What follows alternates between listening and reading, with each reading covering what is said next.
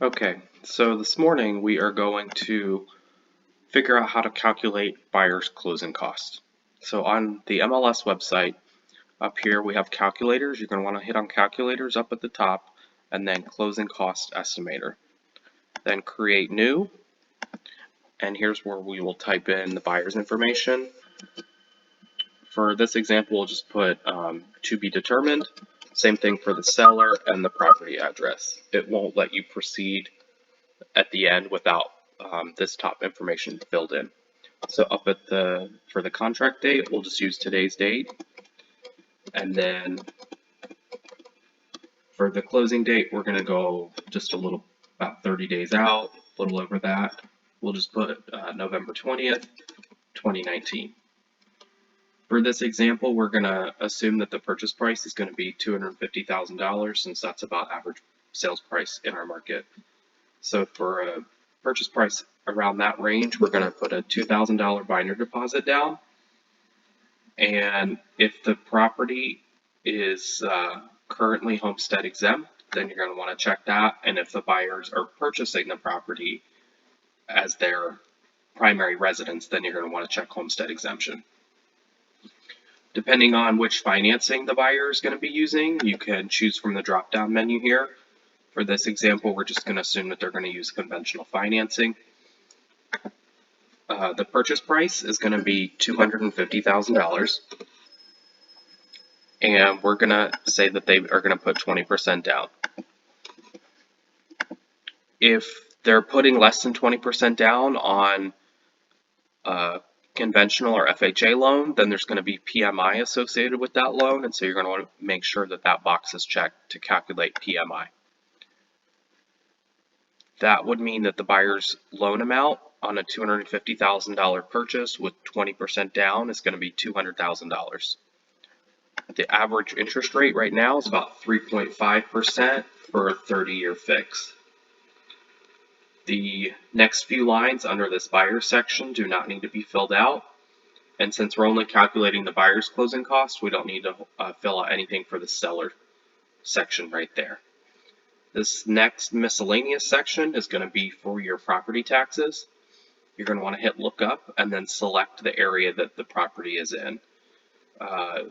All of Jacksonville gets covered under that right there. If they're purchasing the property in Clay County, such as Green Cove Springs or Orange Park or Penny Farms, they all have different millage rates, and same thing in St. Johns County. So you're going to want to check the appropriate area for which they're purchasing. So for this example, we're going to say that they're purchasing a property in Jacksonville and then hit apply. Typically, the annual homeowner's insurance cost is going to be roughly $1,200. If it's in a flood zone, then you're going to want to know what that flood insurance is going to cost annually so that you can calculate that into the buyer's monthly payment. Same thing with any monthly association or condo fees or any CDD fees that property might have. Typically on the MLS, the CDD fee is listed as an annual fee, and so then you will just need to break that down into monthly amounts. So if it's a $1,200 annual CDD fee broken down over 12 months, is going to be $100 a month, so you would then put $100 a month right there. If the property is in a condo community, typically there's some fees associated with transferring a property or ownership to the new buyer. That HOA might require some type of capital contribution fee. If they do, then you would put it right there. Typically, you'll know that information in advance. If not, you could always ask the listing agent. But on average, it's about 1 to 2 months worth of HOA fees that most condo associations want you to contribute to their capital contribution fee. The next few lines don't really need to be filled out unless, for example, the seller is going to be contributing anything towards the buyer's closing costs. So if the seller is going to be contributing $5,000 towards the buyer's closing cost, then you can put that right there.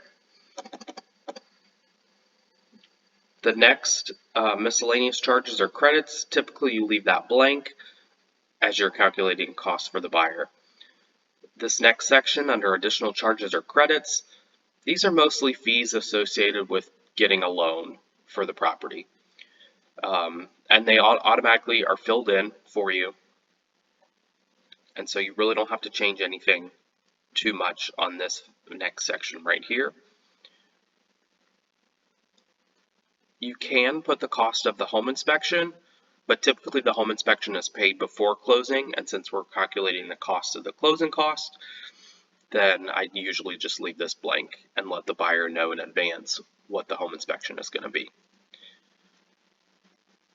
In our market, the closing attorney and settlement fee is paid by the seller, so we just need to shift this cost over to the seller side.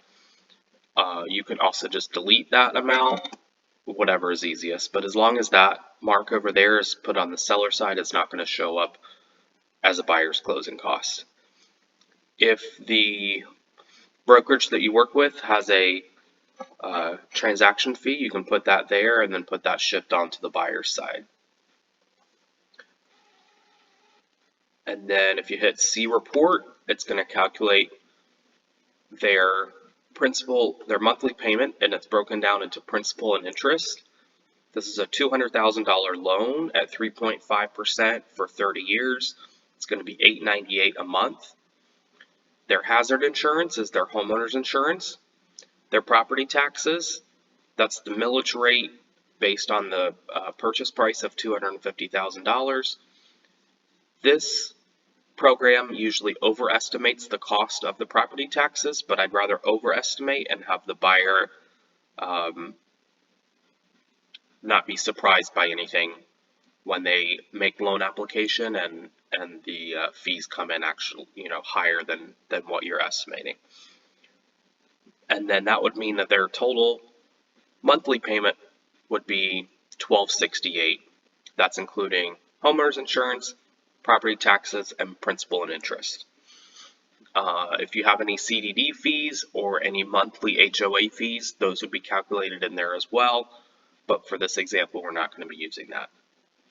And this next section over here on the right-hand side just breaks down their mortgage information. A $250,000 purchase, down payment $50,000, loan amount for $200,000, 30 years, 3.5% interest rate.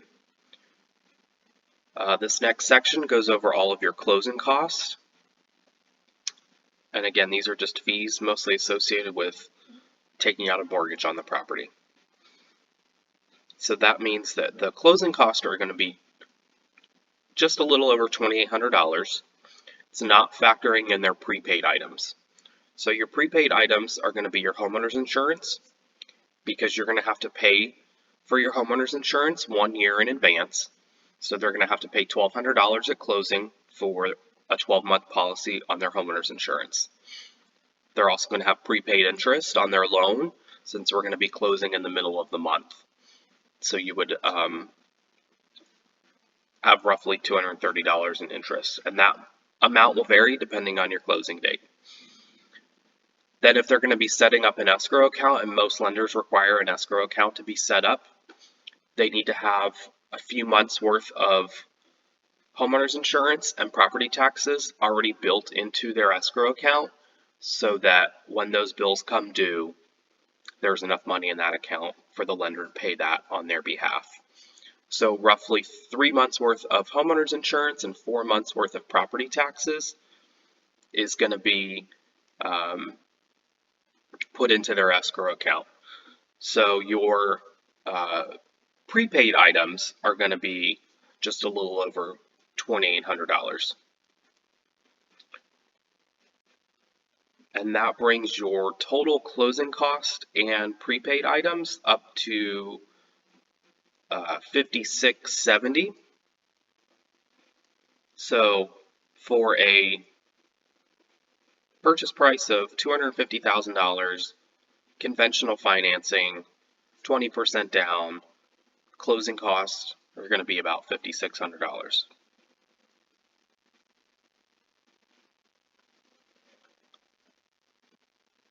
Then if you subtract the $2,000 binder that they're going to be putting down at the beginning of the transaction, their estimated cash required at closing, including their closing cost and their down payment, is going to be just a little over $53,000. And that basically just subtracts the $2,000 binder deposit that's already been put down. And if you wanted to send this to your buyer, you can email it to them. I always like to print a hard copy and just save it as a PDF and email it to them that way.